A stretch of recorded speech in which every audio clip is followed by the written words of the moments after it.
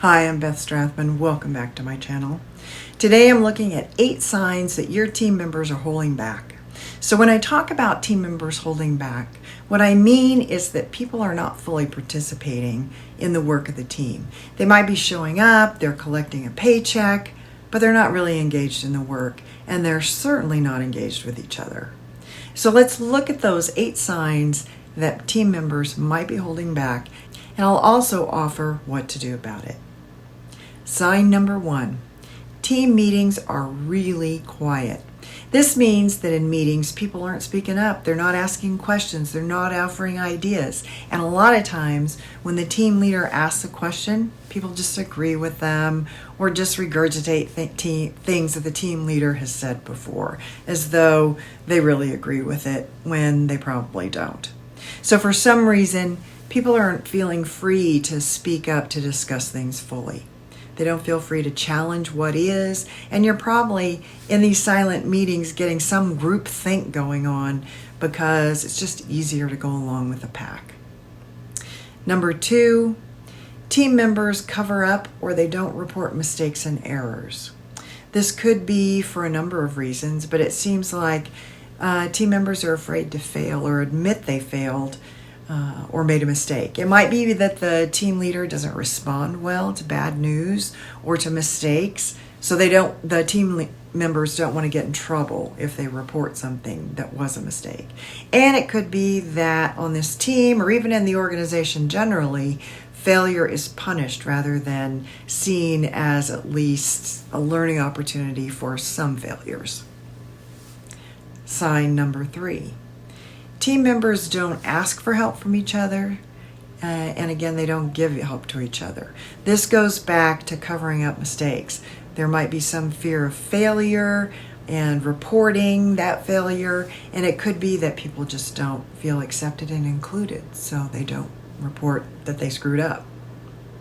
Sign number 4, they don't support each other's learning with encouragement, or they don't push back to test and shape each other's thinking and offer advice to each other.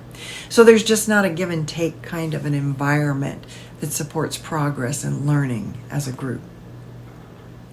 Sign number 5 is producing an inadequate amount of work or poor quality of work. This could be because the team isn't working well together and they're not following processes, or they know that the processes aren't working very well. So instead of trying to fix them, they're just working around the process to get the end product pushed out. Sign number 6, there's high absenteeism or high turnover. So people are missing a lot of work or leaving your team for other positions or new jobs outside the company frequently. It's more than the average absenteeism or turnover for the organization or the average for the industry, whichever benchmark you use. This could indicate that people are holding back because they don't feel included. They don't feel their expertise or knowledge is appreciated or utilized. And there could be interpersonal problems that might be as bad as bullying and harassment or intimidation.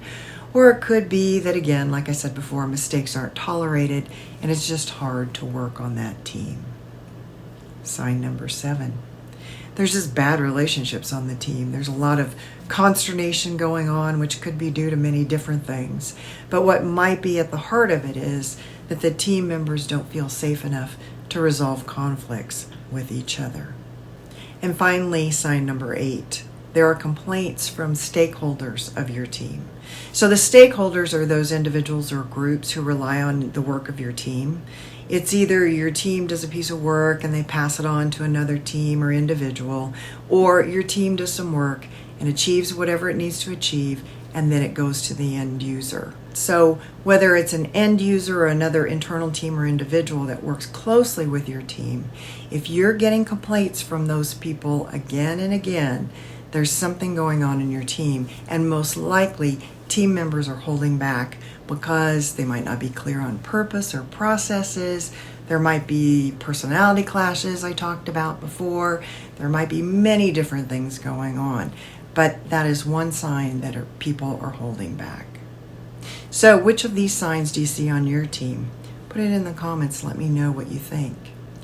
So as I've gone through these signs, I've listed a few specific things that could be going on, but in general, they could all point to a lack of psychological safety, and that is the belief that the people can fully participate and contribute to the team without fear of being punished for expressing their unique perspectives regarding the work and for being themselves.